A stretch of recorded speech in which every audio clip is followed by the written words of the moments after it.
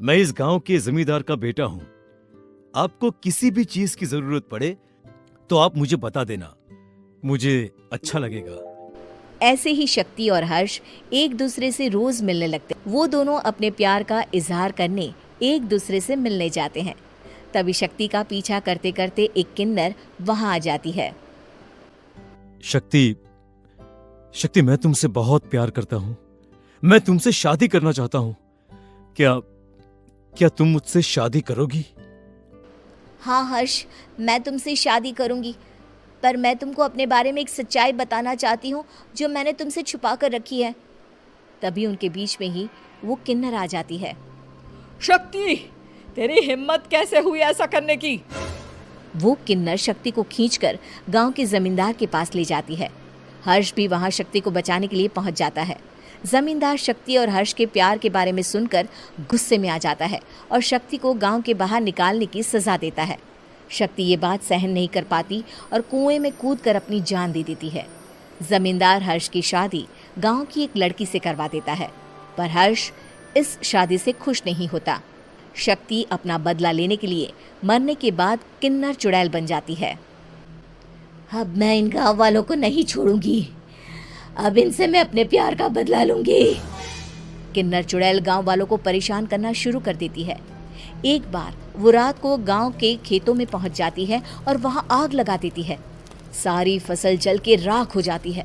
जब एक आदमी रात को उठकर देखता है कि खेत में आग लग गई है तो वो वहां पहुंच जाता है। वो देखता है कि खेतों के बीचों बीच एक किन्नर चुड़ैल खड़ी है और वहां खड़े होकर ताली बजा रही है। गांव वाला किन्नर चुड़ैल को देखकर बेहोश हो जाता है। जब सुबह उस आदमी को होश आता है तो वो सीधा जमींदार के पास जाता है।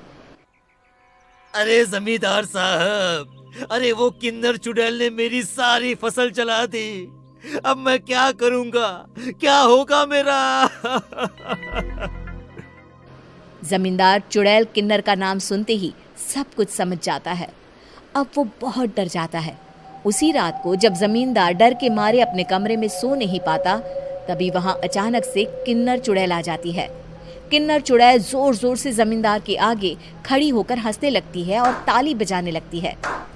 जमींदार उस डरावनी किन्नर चुड़ैल को देखकर बहुत डर जाता है।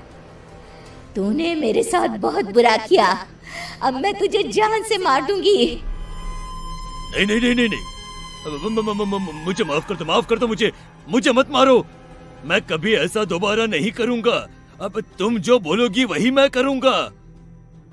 ठीक है, मैं चाहती हूँ कि किन्नर इलाका गांव के इलाके से जुड़े और गांव का कोई भी आदमी किन्नर समाज से द्वेष ना करे, उससे नफरत ना करे, नहीं तो मैं सारे गांव को मार दूंगी।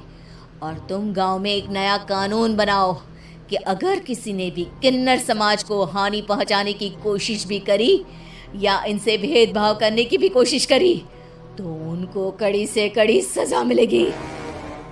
हाँ हाँ हाँ हाँ, मैं ऐसा ही करूंगा। तुम जो बोलोगी वो मैं करूंगा, पर मुझे जाने दो प्लीज। तब वो किन्नर चुड़ैल वहां से चली जाती है। गांव का जमींदार किन्नर चुड़ैल का कहा मानते हुए दोनों इलाकों को एक कर देता है और नया कानून भी लागू कर देता है।